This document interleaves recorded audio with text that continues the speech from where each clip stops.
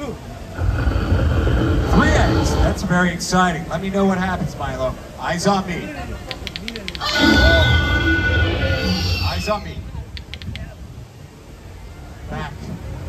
Eyes on me. Blue.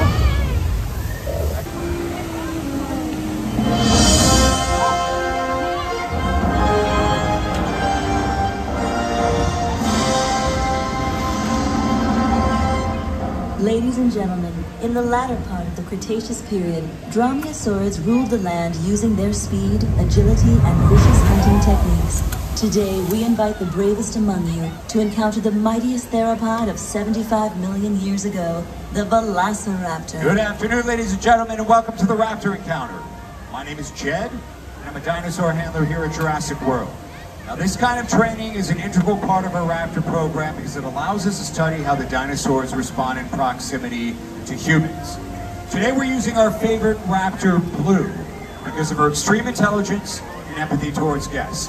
In fact, we have our top vet tech here, Frank, if anything goes wrong. Apparently, she's a little feistier than usual today. Now, there's a chance of a lifetime, but remember, we're still dealing with a wild animal, so please, no sudden movements. And for your safety, do not approach the raptor. You follow the rules? I'm told the guests will be perfectly safe. Now, don't worry, we have everything under control. Like I said, our top vet techs. All right, sounds like she wants to get out to meet everyone. Is she all set? All right, here we go. Open the gates.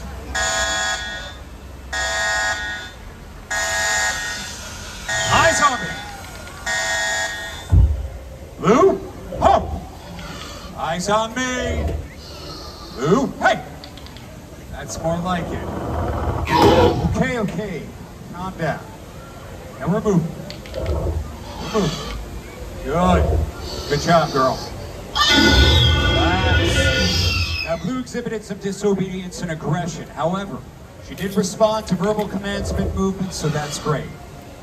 Okay, if anyone wants to assist with Blue's training exercise, feel free to line up right over here. I hope you all read that fine print, that waiver that you signed. All right, let's get our first guest up here. And if you're just joining us, my name is Jed. This is Blue. Welcome to the Raptor Encounter. Now, some safety tips. During this exercise presentation, try not to feed her, provoke her, or try to touch her. She's a wild animal. She's still a dinosaur, not a cute, cuddly one. She's pretty remarkable to stand this close, up and personal. You want to get a picture? You have to stay together in that pack. You have to turn towards the camera. There you go. Now, during this exercise, if you have any questions for me, anything that you notice about Blue, like that chattering, why is she doing that? Feel free to raise her hand. If you have any questions for me about what I do, feel free to raise your hand. I'll try to get to every single person who has their hand nice and high. Now, Blue is about 14 feet in length from tip of the nose to tip of the tail, 10 feet high and about 1,000 pounds. Now, we've clocked her at about 30 to 40 miles per hour. Thank you very much. Enjoy your day. Careful there. Watch those fingers. Watch the fingers. Let's get our next guest up here.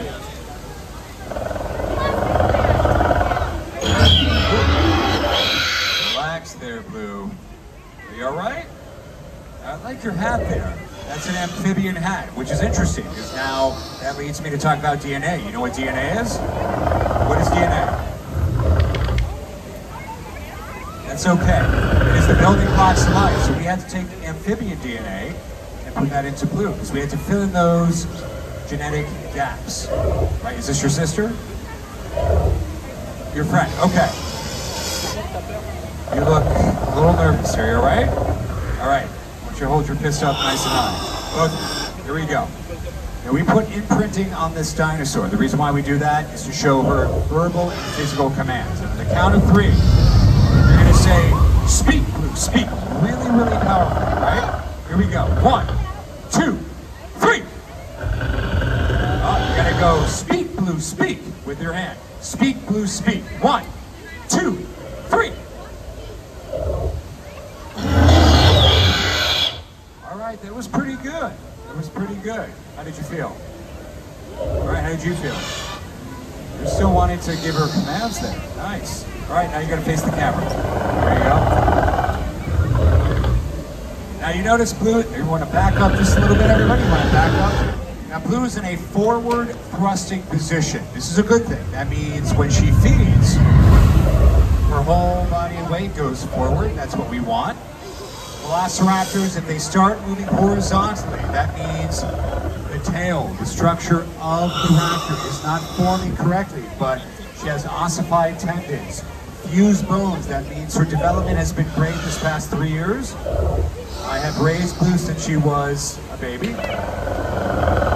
So every nook and cranny of Blue, the way she communicates, every movement, I am familiar with. However, there are new developments in the way she thinks, the way she moves and speaks.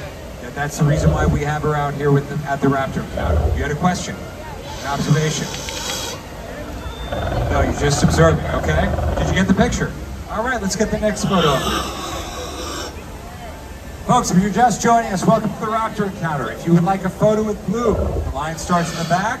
Our vet techs will kindly guide you to the front here. You want to back up just a little bit. Try not to cross the arms. That's a defiant pose. Relax the arms. If you do that, she will get agitated. That means you're defiant, okay? You had a question, yes? Where's the T-Rex? She got a little offended by that. Now let me ask you a question. Who would win a battle, a T-Rex or a Velociraptor?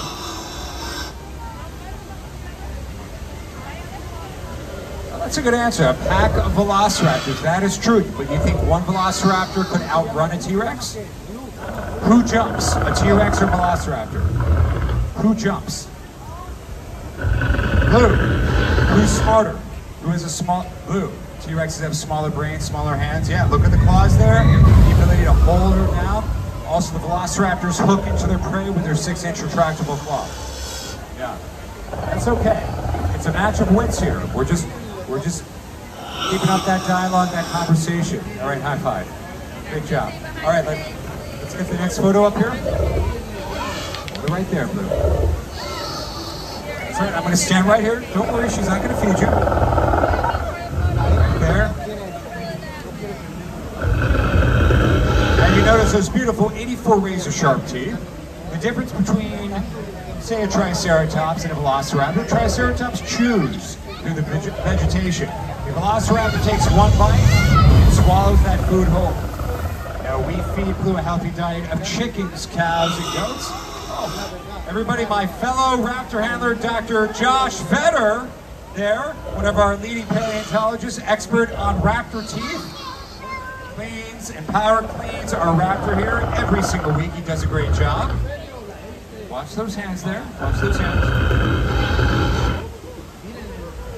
Now, like a great white shark, she's never at a loss of teeth. One tooth falls out, another one comes right back in. That's not because of her genetic modification. It's because that's how they are.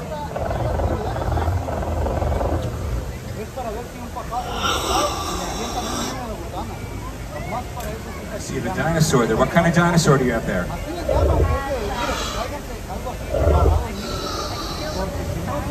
Ooh, very nice. All right.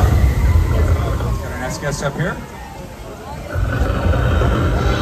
Now I see you are covered in a part of our old history there. Now we made some mistakes there, but we made improvements with safety. But that's great that you're remembering that part of our history.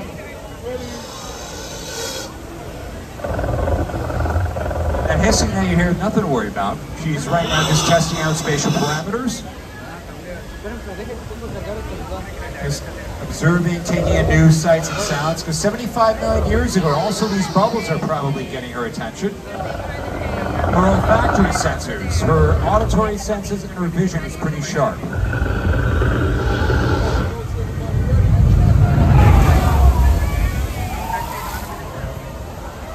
Folks, if you'd like a photo with Blue, feel free to jump in the queue line. Let's hold the queue for a moment here. She appears to be getting a little agitated and aggressive. Let's give her some space. For the safety of our guests, stay right where you are. And our egg expert, Milo, there. How are the eggs, Milo? Good? Now, 2 thumbs up. That is a signal between raptor handlers when 2 eggs are going to hatch. 4? 3 eggs. That's very exciting. Let me know what happens, Milo. Eyes on me. Eyes on me. Back. Eyes on me. Blue. That compliance is not great. Hold. Now this is why, let's open up the queue again. Folks, if you like a photo of Blue, feel free to jump in the queue line. Now you notice she wasn't paying attention to me the first 2 times. Could be because she's hungry, but also she's an apex predator, the smartest animal that we have here at Jurassic World. So we have to make sure we put our imprint on these dinosaurs. And imprinting is what a bird does to their hatchlings. We do the same thing with our raptors. We start bringing the eggs out early so they can hear all the sounds of the environment, our verbal and physical commands. But when they get to about 2-3 years old, just like a dog that becomes independent, they can plan, they can plot ahead. How are you? Keep that group together. There you go. Oh. There. It's all right. Keep that group together, please. Have those cameras ready. There you go. Hold it steady there, Blue. Good. Now she's been moving her head this way a little. Like I said, her auditory senses are pretty sharp. She hears exact pitch. So something that is miles away could be a plane, could be a bug. Could be somebody chewing or talking over here. She can hear that, it distracts her, because those are new sounds, but that also makes it very good for her hunting. There's also prey that's coming after her. Thank you. Let's get our next guest up here. How are you? What's your name? Myra. I'm going to need Myra's help. Myra, can you do me a favor? Put your arm out like this, Myra. Good, there you go. Face the raptor. You're gonna make her move. Hand up like this, hand up like this. There you go, Myra. I want you to take your hand. Do this with your hand. Let's see what she does. Ooh, good job. Now this is something we've observed, the connection between the raptor and children. So the childlike play with the raptor is when we raise the raptor, we raised her just like a baby. So there's still that childlike quality within the raptor, even though she's a wild animal. I have a Jack Russell Terrier. Anyone who's a dog owner knows there's a childlike quality with a dog depending on what age they are. Jack Russells are very smart, but they're also very independent. How are you, Jess? One of our expert trike and egg handlers there, Jess, is feeding, which is perfect, a vegetarian diet for our Triceratops.